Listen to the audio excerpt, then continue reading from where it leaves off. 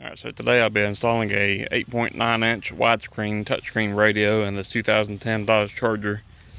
So here's what the radio is. This is a 8.9-inch. This is a vehicle-specific plug-and-play model for this Dodge Charger. So it comes with the CAN bus and the correct wire harness connector to plug right in. It comes with the correct antenna adapter also to plug right in. So I stuck a GPS antenna on the top of the radio and the 5G or 5 gigahertz Wi-Fi antenna also on the top of the radio. So this one's ready to be installed. I've also got a backup camera for it, but I won't be able to install it in this video. I just wanted to show how simple this part was. Alright, so here's what the factory radio looks like. And this 8.9-inch fits perfectly. Alright, so the only tool you're really going to need for this car is this 1/4-inch drive socket to take the 4 screws out of the side of the radio. Alright, so start by taking the dash trim bezel off. It just clips on, there's no screws.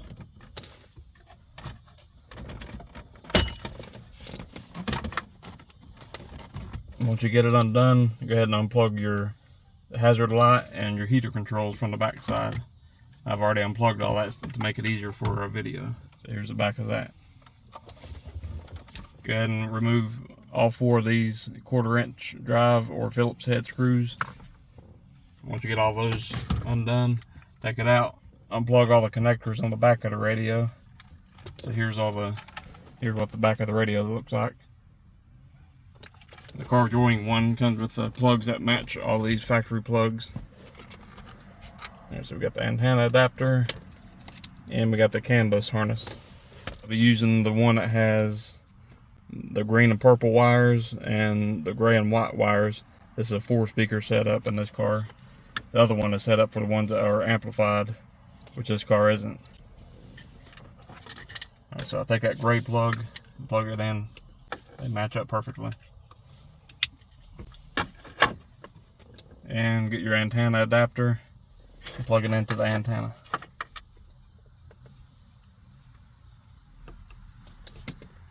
And next I'll be running these USB cables into the glove compartment.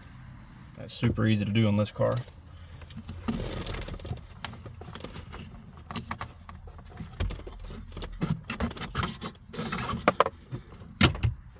Now these radios come with a built-in microphone on the screen, so I don't plan on using the external microphone. And these radios also support 4G network for data, but I don't plan on using the 4G, so I won't need their antennas either.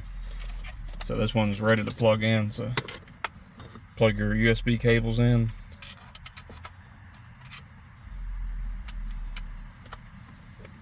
Plug your antenna in. And plug the power in. Now it should be all you have to hook up for now.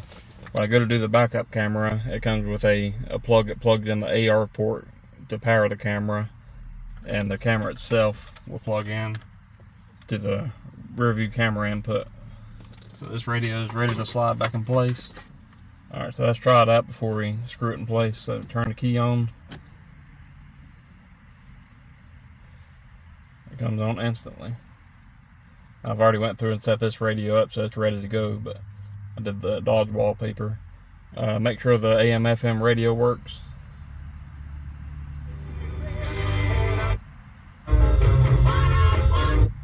Sea of Champions.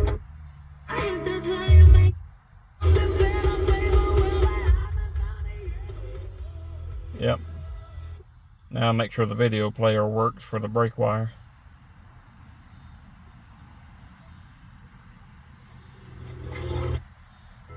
Show me.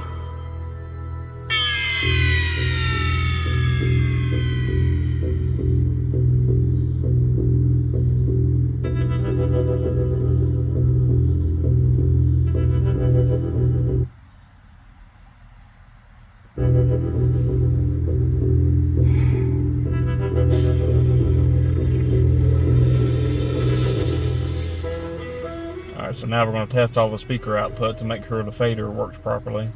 So let's fade it front left, front right, rear right, rear left. So yeah, they all work.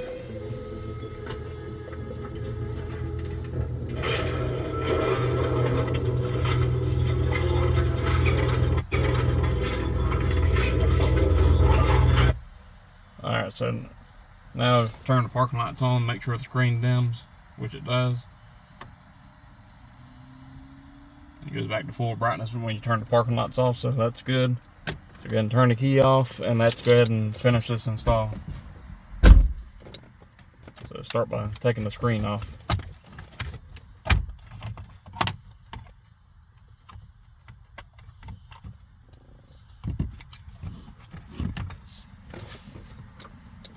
So go ahead and put your factory screws back in it.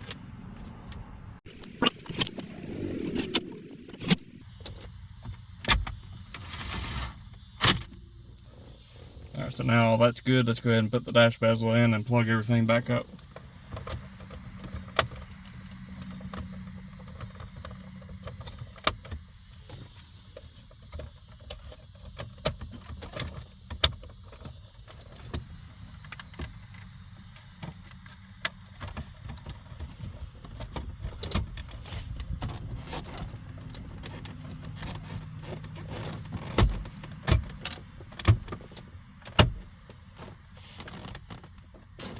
Now you see how perfectly their dash bezel fits this car, because it's made specifically for these Chrysler Dodge Jeep vehicles.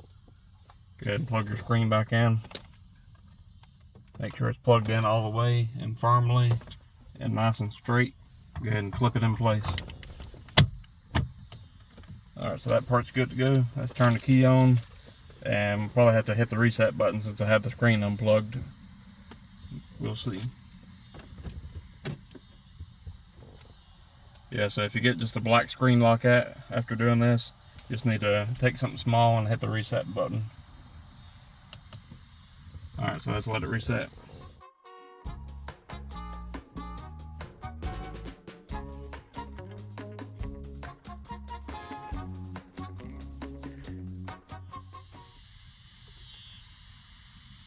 Alright, so everything's reset and should be ready to go.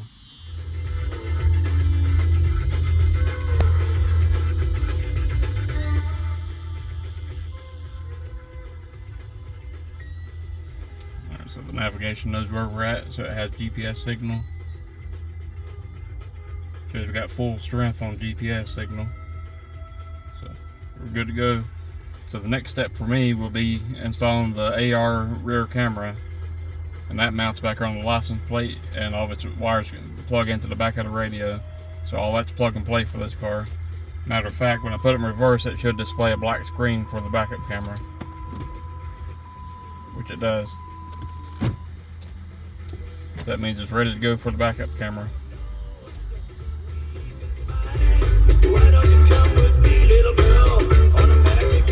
So here's what it looks like. There again, this is a 8.9 inch plug and play vehicle specific model for this 2010 Dodge Charger.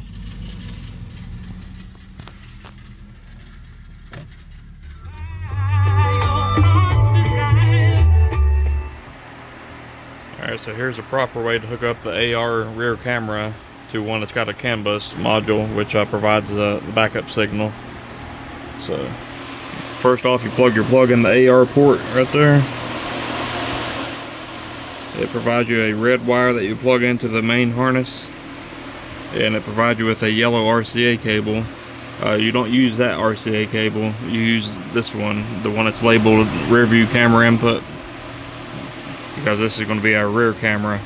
If you're using a front camera, that's what that one would be for. That's for the front input. This is for your rear input.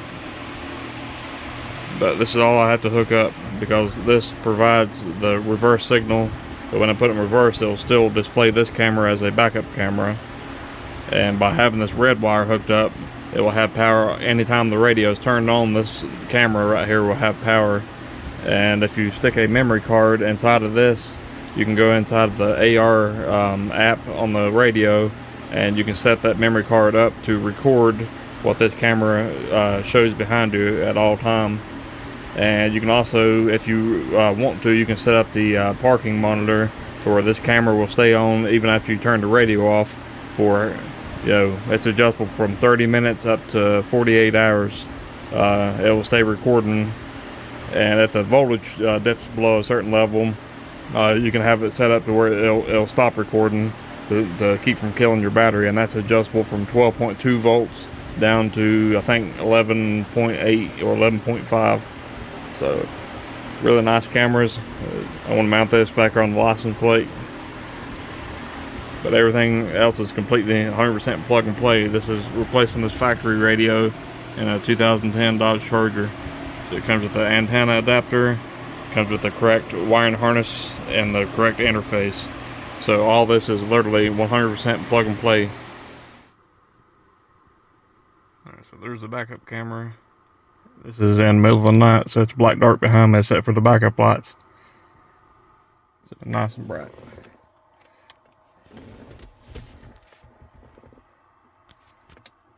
So there it is in gear. There it is in reverse. Here's the AR cameras. The rear. You can see when I mash the brake and stuff, it shows up in real time. And I got a USB memory stick in here, so it's actually recording all this in real time. I got it set up to record for 3 hours after I shut the key off as well. So let's go to one of these recordings.